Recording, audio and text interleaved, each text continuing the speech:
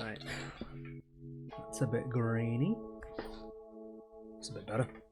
Right, so over the years I've been intrigued by cyborg anthropology in general. It's been a while since I've really talked about it. If you've never heard of cyborg anthropology, it is quite literally a study in...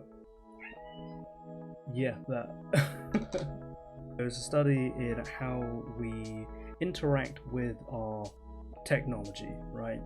So basically this really means that I've been interested in how humanity has been interacting with technology that we are currently inundated with and encumbered by, both physically and mentally.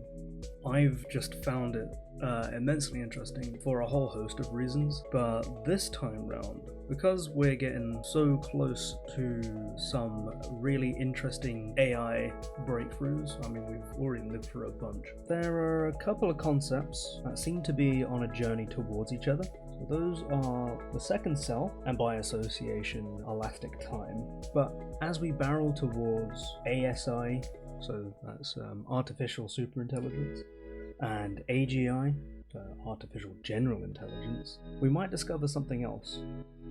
I think that's something along the lines of technological precognition. Before we get into that though, there are a couple of things to unpack before we think about what's on the horizon coming forward. The second self is an easy way to refer to your online presence, what you choose to show the world, and what the world chooses to show you via this layer of demi-consciousness. Elastic time refers to how the second self interacts with different things at different times, but realizes itself when its biological host, us, you, interacts with it through just the menagerie of apps that we all have and all interact with all the time. You can experience this when you get back from a place that didn't have any signal, and you've got like 1001 notifications on a group chat, and you've completely missed everything and you just kind of have to catch up. You are biologically downloading information that is stored by your digital side. So while the second self is isolated from its biological master, as you were, the interaction is akin to a passive sponge, taking in all the information, remembering everything in a form of instant archiving. With the advent of group chats like WhatsApp and Discord, or Discord servers even, there are multiple second selves that are interacting with each other all the time, but they're also interacting with each other consistently, just on every device that you have. In elastic timelines, while connected universes, the idea of time itself starts meaning different things to perception when viewed subjectively. It's like it's creating elastic snapshots of, I guess, meaning. This generates mutual understanding and expression metaphorically within the internet, but quite literally within the mind, or the collective mind. Artificial superintelligence, aka ASI, is specifically aimed AI at targeted issues to solve things. We're more likely to get to ASI sooner than AGI because ASI is more specific and it doesn't have to be general purpose, it's more goal orientated. Anyway, I digress. The current dream is to be able to create an ASI that can solve all of science, like all of physics. Well, not just physics, like all of science. Which, when you say out loud, sounds super wacky, but a lot of smart people are seriously looking into this properly all over the world. In my point, however, I want to look at the effects of targeted ASI and what that could do to your second self, or should I say our second selves, naturally linking the second selves to each other in these joint spaces. But it's a little bit more than that. That it's your digital thumbprint. It is your dummy personality that exists without you, and you then have to interact with it to update yourself and to update it. And that's when the idea of elastic time comes into play. At the moment, I'm probably in about 5 or 6 group chats, active group chats on WhatsApp, and I'm a part of 1,001 Discord servers, it seems, at this point. So I've got constant conversations happening at the same time, with or without me, and then I hop into it and biologically download that into my mind by reading it, watching stuff, looking at pictures, listening to stuff, or just a general combination of everything there or above. But it also goes a bit further than that. It's your second self exists in multiple timelines at the same time without really being apart from the present, and it's kind of like quantum entanglement. So you know what the other thing is by looking at its counterpart. Say if there was a picture of an apple and a picture of a pear, and I gave you the pear and I had the apple, but I didn't know I had the apple, and you travel a light year that way, and I looked at that picture, I automatically know that you have a pear. There's no information that's been placed between us, but information has teleported between meaning. That's kind of how the second self interacts with elastic time. But I wanted to look a little bit more into what an ASI could do to a second self within elastic time. So ASI in this case would be able to sift through these elastic timelines in our absence, creating and maintaining kind of like a black box-esque conversation. Hello. Between the second self and the entities contextually interacting with it, with it, you, and the duality between those two things. Which is odd to call yourself a thing, but in this context it does make sense. When a digital clone of yourself, within the context of a closed environment, has the freedom to interact with others of its kind in a different version of the same timeline that you're experiencing, the results of these interactions are likely to be increasingly deeper than any one online interaction. Soon enough it will come across as telepathy. This idea of techno-telepathy isn't exactly accurate though. Hello? Hi. It would be closer to technological precognition, and for the time being I'll be calling it TPC, just to kind of keep that a little bit shorter. In the context of the group chat, chats would happen before the biological counterparts actually have them. What then would a normal conversation be worth? TPC doesn't exist without the biological conversation. Following on, I guess the conversation would be its own prompt, which without updates would circle the same information. Not to say that that wouldn't be interesting or useful even, but it wouldn't have the input of the current conversation that was being had. Instead, the second self could monitor the conversation as a whole, the chat, or whatever thing that we're kind of talking about. Let's say that we're looking at specifically a group chat. With each input, there would be a finite amount of conversations that can come from it. So one of these finite options will be the right option that the conversation actually physically went down in reality. But all of the potential conversations that get spun out of the previous input, they happened, but they happened in a simulation of itself. So the longer this happens, the more predictable the biological counterparts get. If all the second selves in that chat are in agreement with where the conversation is going, it can interject and speed up the whole conversation as a whole, speeding up meaning and understanding within the group. The now digital hive mind would get things done at the fraction of the time that it would take the biological counterparts to get to in that same conversation, while the biological counterparts would have vetoes on the decisions made on their behalf. They could go against what the AI is saying within the chat, and when you do that, it changes the spin-off conversations and it can kind of go in a different way. Though,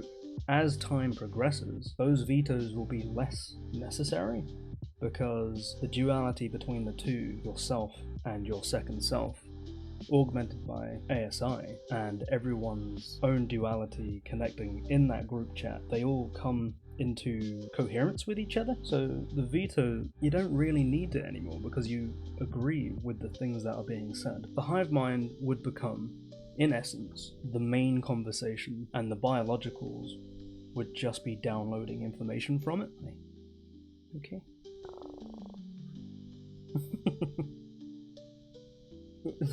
Stop it.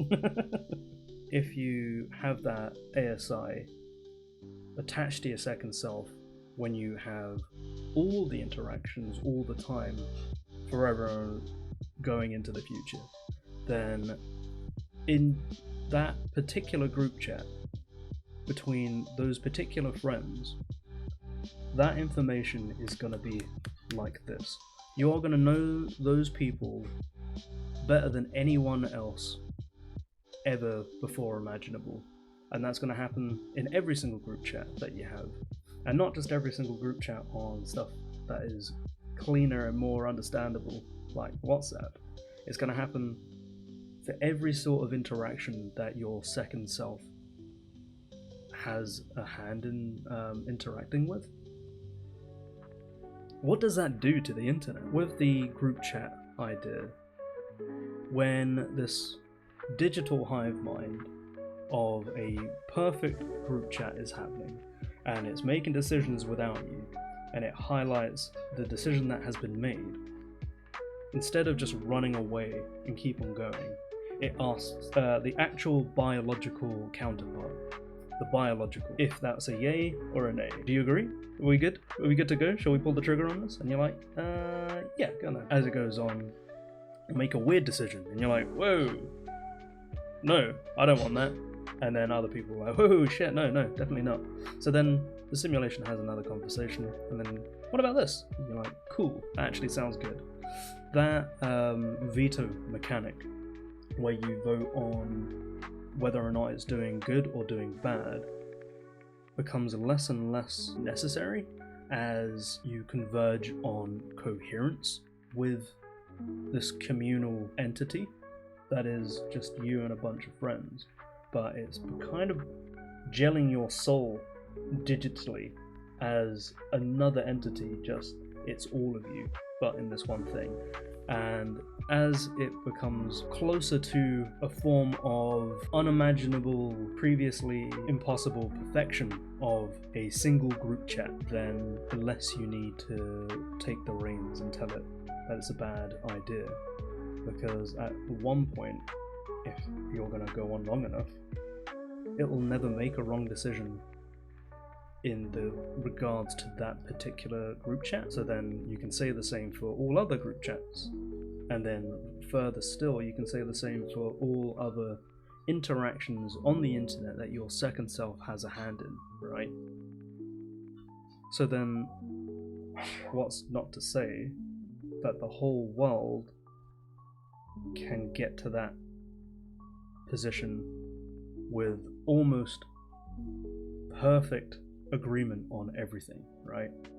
It would take a while, but what's not to say that it can happen? It can happen with a group of yourself and 3 friends, and it can happen with a group of yourself and every work colleague that you have in a group chat, or family members, or a whole online Discord server. How can it not happen iteratively across the whole world, connectedly? I don't know, food for thought. So this notion, however dystopian or utopian you might see it as, is yet to be named or even really thought about. I was spitballing the other day. This is what I've come up with so far. TPC, what I've been calling it all along, but we could shorten it down to COG, or cognition. Bubble is closer to the algorithmic bubble that we're all currently in, so probably not that one. Projection, which makes sense, but it would be confused with actual projection and stuff on the wall and stuff, so maybe not that one either. Counterpart. Now, I feel like that's probably the strongest one. Yeah. Update, which doesn't really do it justice. Monitor, though that's going to get confused for screens and stuff. Constant, which makes sense. It's like constantly going, constantly on, constantly listening, constantly learning. It is a constant. Mind. Sift, saying it out loud doesn't really actually gel with me too well anymore. Absence, which is an interesting one. So it's doing all of the stuff that you would be doing in your absence, and then it's only becoming a thing in your own mind when you, I guess, biologically download it, when you read it, when you're updating yourself. Duality, I can see a big company really jumping on that and kind of getting behind that. but that sounds a bit too corporate, which I don't really want to be. Or clone, which just sounds scary. So out of those, absence, constant, cog, and counterpart to me sounds the best. Though I feel like counterpart is the one that is the most accurate. If something like this does happen, and it is likely to happen, then the people in these chats will live on longer than their biological counterparts, leaving snippets of a communal soul to be absorbed by, at a later date, an advanced AI further down the line. Is this a step to a version of digital immortality, or will it just be an echo of humanity in the memory of the next step of evolution? So I clicked onto my my other little camera here as like a last little thought. So I was saying, is this the next stage of human evolution, socially speaking anyway? Because we are a social animal, so the thing that makes us human is our social capabilities, as well as using technology and tool use, right? But what's this if not just another tool, right? So if it is the next stage of human evolution, and if you keep going with that same logical conclusions, and we can homogenize understanding between everyone on the globe somehow, and it becomes like a grey goo of global acceptance, is that a positive or is that a negative? Because there is something to be said positively for the interestingness that is cultural differences, but then there's another thing to be said for the negative sides of racism and cultural differences that are a very obvious injustice. If we take our differences away, are we human anymore? Or is that the next stage of humanity? Do we move into being more of a machine and have global efficiency where we look after one another in a perfect way? Or is that the online world that's perfect online, but then when you look at the actual world, we don't know how to speak to each other?